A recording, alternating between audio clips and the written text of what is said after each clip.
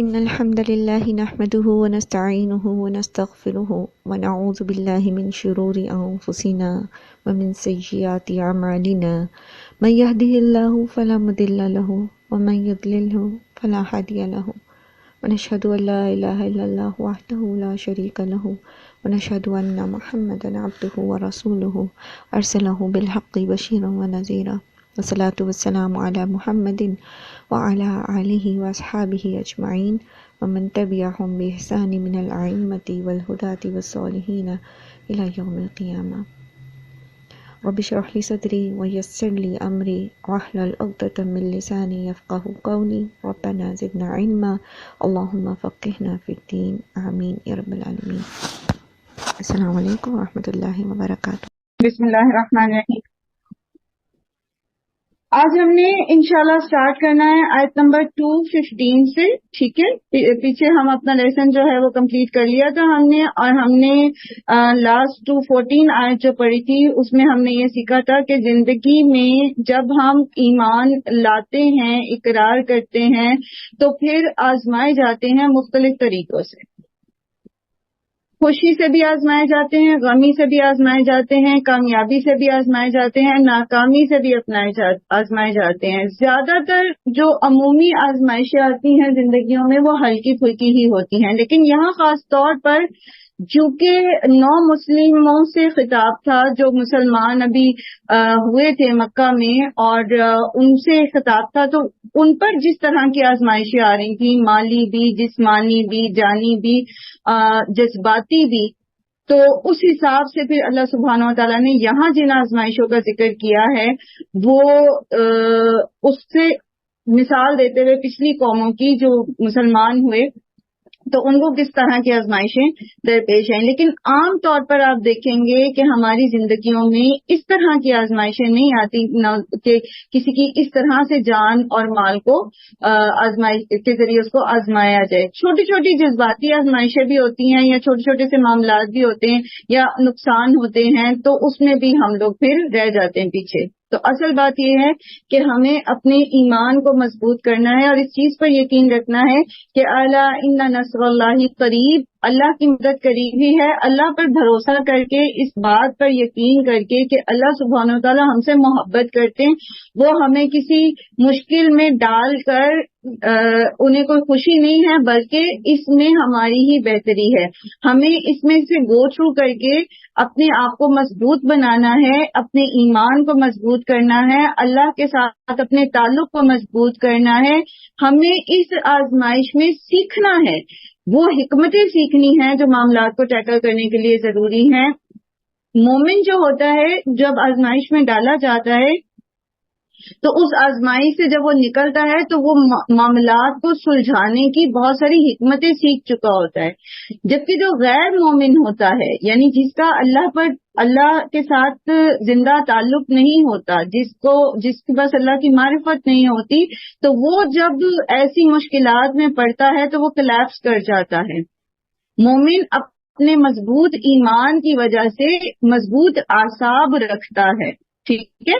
تو ان مضبوط اعصاب کے ساتھ جو ہے وہ گو تھرو کر جاتا ہے اور سیکھتا ہے، لرن کرتا ہے۔ تو یہ جو آزمائشیں ہوتی ہیں نا جو ہماری زندگی میں ڈیلی بیسس پہ آ رہی ہوتی ہیں، یا چلیں کسی کے اوپر تھوڑی بڑی آزمائش بھی آ جاتی ہے، رزق کے ذریعے آ جاتی ہے، جاب لیس ہو جاتا ہے، یا اللہ رحم کرے کوئی جیسے حالات خراب ہوتے ہیں، کوئی لوٹ مار ہو جاتی ہے، کوئی اور ایسا کسی کا جانی نقصان ہو جاتا ہے، تو وہ جو پیچھے رہ جانے والے جو آزمائش میں ہوتے ہیں، جن کی آزمائش ہے بیسیکلی، وہ اس میں لرن کرتے ہیں، سیکھتے ہیں، اور اللہ کے ساتھ ان کا تعلق، ان کا رابطہ جو ہے وہ مضبوط ہو جاتا ہے۔ جو دوری ہو بھی رہی ہوتی ہے اللہ تعالیٰ سے، وہ دوبارہ اللہ کے نزدیک ہو جاتے ہیں، اور پھر اللہ تعالیٰ کی مدد آپ پہنچتی ہے، مدد ساتھ ہی ہوتی ہے۔ اور بعض اوقات وہ مدد جو ہے وہ یسر کے معنوں میں ہوتی ہے، یعنی اس اسر میں سے، تنگی میں سے گزر کے، تو اس میں اللہ تعالیٰ اس تنگی میں سے گزرنے میں فیسیلیٹیٹ کر دیتے ہیں، اس میں سے آپ کو آسانیاں ساتھ ساتھ دے رہے ہوتے ہیں۔ بس آپ کا ایمان مضبوط ہونا چاہیے، آپ اپنے اعصاب کو مضبوط رکھیں۔ آپ مومن ہوتے ہیں تو آپ کلیپس نہیں کرتے، دکھی ہوتے ہیں، پریشانی بھی ہو جاتی ہے، خوف جو ایک عام انسان کی جذبات ہوتے ہیں وہ خوف بھی لاحق ہوتا ہے، لیکن مومن پینک ہو کر غلط فیصلے نہیں کرتا، وہ درست فیصلہ کرنے کی کوشش کرتا ہے، اس میں پھر اللہ کی مدد ساتھ ساتھ مانگتا رہتا ہے، ربی حبلی حکمن، حکمت بھی مانگتا ہے، وے آؤٹ بھی مانگتا ہے، تقوی اپنی غلطیوں پر نظر کرتا ہے، اچھا میرے ساتھ ایسا کیوں ہو رہا ہے، میری مسٹیکس کہاں کہاں ہیں، پچھلے 10 سال 20 سال 15 سال میں نے کہاں کہاں کیا کیا غلطیاں کی ہیں، اس پہ استغفار کرتا ہے، ان کو درست کرنے کی کوشش کرتا ہے، اپنی شخصیت کو بدلنے کی کوشش کرتا ہے، اور وہ اس میں سے کامیابی سے گو تھرو کر جاتا ہے. ٹھیک ہے، آگے چلتے ہیں آیت نمبر 215. اب جہاں پر بات آئی آزمائش کی، تو آزمائش میں پھر مال کے ذریعے بھی آزمائے جاتے ہیں. تو جب خرچ کرنے کی بات آئی کہ خرچ کریں، اللہ کی راہ میں خرچ کریں، تو پھر سوال کیا گیا یسألونک ماذا ينفقون، وہ آپ سے سوال کرتے ہیں کہ کیا خرچ کریں. اب یہ سوال کرنے والے کون تھے؟ یہ صحابہ کرام. ٹھیک ہے، صحابہ کرام کے ذہن میں یہ سوال پیدا ہوا کہ اچھا اگر خرچ کرنا ہے تو پھر کیسے خرچ کریں، ماذا کیا خرچ کریں. دیکھیں جب بات آتی ہے نا، پہلے ہم یسألون کا بھی تھوڑا سا غور کر لیتے ہیں.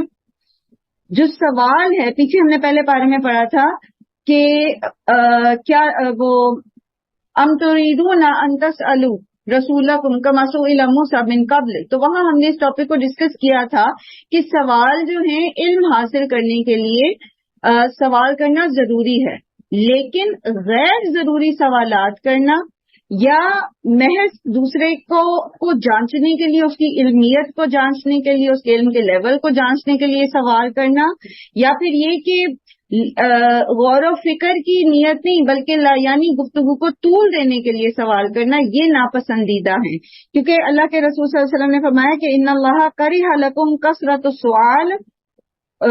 السوال وقیل وقال، بے شک اللہ تعالیٰ نے کثرت سوال سے جو ہے وہ منع کیا ہے، بہت زیادہ باتیں کرنے کو ناپسند کیا ہے. پھر اسی طرح جتنی زیادہ ہم سوال کرتے جاتے ہیں اتنی ہی زیادہ پھر ہمیں اس کام میں اس خطا کا چانس زیادہ ہو جاتا ہے. جیسے بنی اسرائیل نے گائے کے معاملے میں کیا کہ ایک حکم آ گیا، اب ایک سوال، اب دوسرا سوال، اب تیسرا سوال، تو وہ پھر خطا کے چانسز بھی زیادہ ہو جاتے کہ اگر بالکل اب ایگزیکٹلی ویسی گائے نہیں ملی، اب کیا کریں گے، اب کسی اور گائے کو ذبح کریں گے تو وہ ایکسیپٹ نہیں ہوگی. اور پھر یہ کہ اپنے لیے مشکل پیدا کرنا، زیادہ سوال کر کے اپنے لیے ہی انسان مشکل پیدا کرتا ہے. عبداللہ بن مسعود کہتے ہیں کہ میں نے نبی صلی اللہ علیہ وسلم کے ساتھیوں سے زیادہ بہترین کوئی نہیں دیکھا، کہ دین کے ساتھ ان کو نہایت شغف تھا، یعنی بہت شوق اور دلچسپی تھی ان کی، اور رسول صلی اللہ علیہ وآلہ وسلم کے ساتھ انتہائی محبت کے تعلق کے باوجود وہ سوال بہت کم کرتے تھے، بہت کم سوال کرتے تھے. اور یاد رکھیے جب آپ نے علم سیکھنا ہوتا ہے نا تو صبر بہت ضروری ہے. صبر جب تک، بعض اوقات ایسا ہوتا ہے کہ ٹیچر آپ کو ایک بات پڑھا رہا ہوتا ہے اور آگے آپ کے سوالوں کے جواب موجود ہوتے ہیں، لیکن طالب علم کیا کرتا ہے، بے صبرا ہو کے پہلے ہی سوال کرنے شروع کر دیتا ہے. تو جب وہ پہلے سوال کرنا شروع کر دیتا ہے تو پھر اس سے وقت ضائع ہوتا ہے. اگر وہ صبر سے کام لے تو آہستہ آہستہ آگے وہ جواب جو ہیں وہ آ جاتے ہیں. ٹھیک ہے، اور بعض اوقات ایسا ہوتا ہے کہ پھر جب اس وقت اس کو جواب دیا جاتا ہے تو اس کو سمجھ نہیں آتی، کیونکہ جو مقام تھا اس ٹاپک کا اس نے اس سے پہلے ہی کوشچن ریز کر دیا تھا. تو علم کے حصول کے لیے جو سوال پوچھنے کا سلیقہ ہے وہ یہ ہے کہ نمبر 1 یہ کہ سوال مستند ہونا چاہیے، اس کے پیچھے نیت علم کا حصول ہونا چاہیے، اور پھر یہ کہ بے وقت سوال نہیں ہونے چاہیے، اور یہ کہ بہت زیادہ سوال نہیں ہونے چاہیے. بہت ضروری اور ایسے سوال جو بامقصد ہوں، جو فائدہ دینے والے، یہ سوال. ٹھیک ہے، اور پھر یہ کہ سوال نہ کرنا، اگر کوئی یہ کہتا ہے کہ سوال نہیں، بالکل ہی نہیں کرنے، تو وہ بھی نقصان دہ ہے. آپ کے ذہن میں ایک سوال، ایک ویلڈ کوشچن آ رہا ہے اور آپ وہ نہیں پوچھتے، تو یہ علم میں اس طرح کی حیا جو ہے یہ ناپسندیدہ ہے، کیونکہ اس سے علم میں اضافہ نہیں ہوتا، بلکہ آپ رک جاتے ہیں اور آپ کا علم بھی وہیں رک جاتا ہے. ٹھیک، تو سوال وہ کریں جس کا تعلق آپ کے ساتھ ہو، اور بہت زیادہ جسے کہتے ہیں نا ایسے سوال جن کی کوئی بیس نہیں ہوتی، جو صرف ایک ہائپوتھیسس پہ ڈیپینڈ کرتے ہیں، یہ ہو جائے وہ ہو جائے تو کیا ہوگا، ویسا ہوگا تو کیا ہوگا، اس طرح کے سوالوں سے بچنے کی ضرورت ہوتی ہے. اس کو عربی میں کہتے ہیں لو کانیات، لو کانا، لو کانا اگر ایسا ہو جائے. ٹھیک ہے، تو لو کانا سے لو کانیات اس کی جمع ہے. تو اس طرح کے جو سوالات ہیں ذہن میں آتے ہیں، جیسے مثال کے طور پر ایک ٹرم آج کل چلی ہوئی ہے جس کو کہتے ہیں اگنوسٹک مسلمس. اگنوسٹک مسلم وہ ہیں جو دین بیزار ہیں، وہ اپنے آپ کو ایتھیسٹ تو نہیں کہتے، لیکن وہ دین میں ایسے ایسے سوالات کرتے ہیں. مثلا وہ کہتا ہے کہ اگر جیسے چاند پر زندگی ہو رہی ہے، لوگ ڈھونڈ رہے ہیں کہ جی کسی اور سیارے پر ہم چلے جائیں تو وہاں پر لائف ہوگی، تو اگر ہم فرض کریں ہم چاند پہ چلے جائیں، اب ہم تو اپنی عید اور رمضان جو ہے وہ چاند دیکھ کے مناتے، تو اگر ہم چاند پہ ہی رہیں گے تو ہم کیا کریں گے؟ اب اس سوال کی کوئی لاجک بنتی ہے؟ ابھی آپ there is no chance of life on the moon, right? اور آپ یہ فرض کر رہے ہیں کہ آپ چاند پہ چلے بھی گئے ہیں اور وہاں پر آبادیاں بھی قائم ہو گئی ہیں، تو پھر آپ عید اور رمضان کیسے منائیں گے؟ اول تو اس کا جواب شریعت میں موجود ہے، لیکن یہ کہ اس طرح کے سوال، اس طرح کی باتیں، تو اس کی لاجک کیا بنتی ہے؟ اس طرح کے سوال نہیں کرنے چاہیے. وہ سوال کیا جائے جو واقعی بامقصد ہو اور جو آپ سے متعلق ہو. کسی تیسرے چوتھے پانچویں کی پرابلم کو، جس کی آپ کو ویئر اباؤٹس بھی نہیں پتا، اس کی کوئی آگے پیچھے کی ہسٹری بھی نہیں پتا، کچھ سمجھ بھی نہیں ہے، تو اس معاملے میں جو ہے آپ کیا پوری طرح سے آپ کو پتہ ہی نہیں، تو آپ کیا سوال کریں گے اور کیا جواب لیں گے؟ تو جس معاملے کا آپ کو پتا ہے، جو آپ کے فائدے کی چیز ہے اور جو ٹاپک سے ریلیٹڈ ہے، اس ٹاپک سے جو ابھی بات ہو رہی ہے، تو وہ سوال کیا جائے گا. یہ علم کے حصول کے لیے سوال کے کچھ مینرز ہیں جو یہاں پر ہم نے ڈسکس کیے ہیں. اور پھر یہ کہ بہت سارے لوگوں کی نمائندگی ایک بندہ بھی کر سکتا ہے. یعنی آپ ایسا کوشچن کریں جو بہت سارے ذہنوں میں پیدا ہو رہا ہوتا ہے اور آپ سوال کر کے اس کا جواب لیتے ہیں، تو پھر سب کو وہ جواب مل جاتا ہے. پھر ہر ایک کو الگ سوال نہیں کرنا چاہیے. ٹھیک ہے، تو یہ قرآن کی حکمتیں ہیں جو ہمیں سمجھاتی ہیں، سکھا رہی ہیں ہمیں. اور پھر ایک چیز اور، وہ یہ کہ بعض اوقات ایسا ہوتا ہے کہ ہمارے ذہن میں ایک سوال پیدا ہوتا ہے، لیکن اگر ذرا سا ہم غور و فکر کر لیں تو ہم خود ہی اس کا جواب دے سکتے. لیکن ہماری طبیعت کی جلد بازی ایسی ہوتی ہے کہ وہ باتیں ہمیں استاد پہلے بہت دفعہ پڑھا بھی چکے ہوتے ہیں یا ہم پڑھ بھی چکے ہوتے ہیں، لیکن وہ جلد بازی ایسی ہوتی ہے کہ ہم خود نہیں غور و فکر کرتے اور فٹ سے وہ سوال کر دیتے ہیں. تو یہ اس طرح کے سوال جواب بھی جو ہے وہ ناپسندیدہ. یہ بنی اسرائیل کا طریقہ تھا. تو یہ سوال جواب جو ہیں یہ ناپسندیدہ ہیں. اسی لیے اللہ تعالیٰ نے فرمایا تھا نا کہ کیا تم بھی ایسے ہی سوال کرنے چاہتے ہو اپنے رسول سے جیسے کہ بنی اسرائیل کیا کرتے تھے موسیٰ سے. صحابہ کرام سوال کرتے تھے، لیکن جیسے ابھی عبداللہ بن مسعود کی روایت میں نے آپ کے سامنے رکھی نا کہ بہت مختصر، بہت جامع اور بامقصد قسم کے سوال، اور بہت کم سوالات کیا کرتے تھے. ایکسکیوز می میم، لوکانیہ جی صرف لفظی مطلب بتا دیں، سمجھ تو آگے ہے لوکانا سے ہے نا، تو لوکانیات کو ہم کیسے لکھیں؟ مطلب یہ اس کی جمع ہوگی نا، اگر ایسا ہوگا تو کیا ہوگا، اگر ویسا ہو جائے تو کیا ہوگا. یہ ٹرم ہے، لائک اس کو آپ ایک لفظ میں ترجمہ نہیں کر سکتے. Basic it's a concept.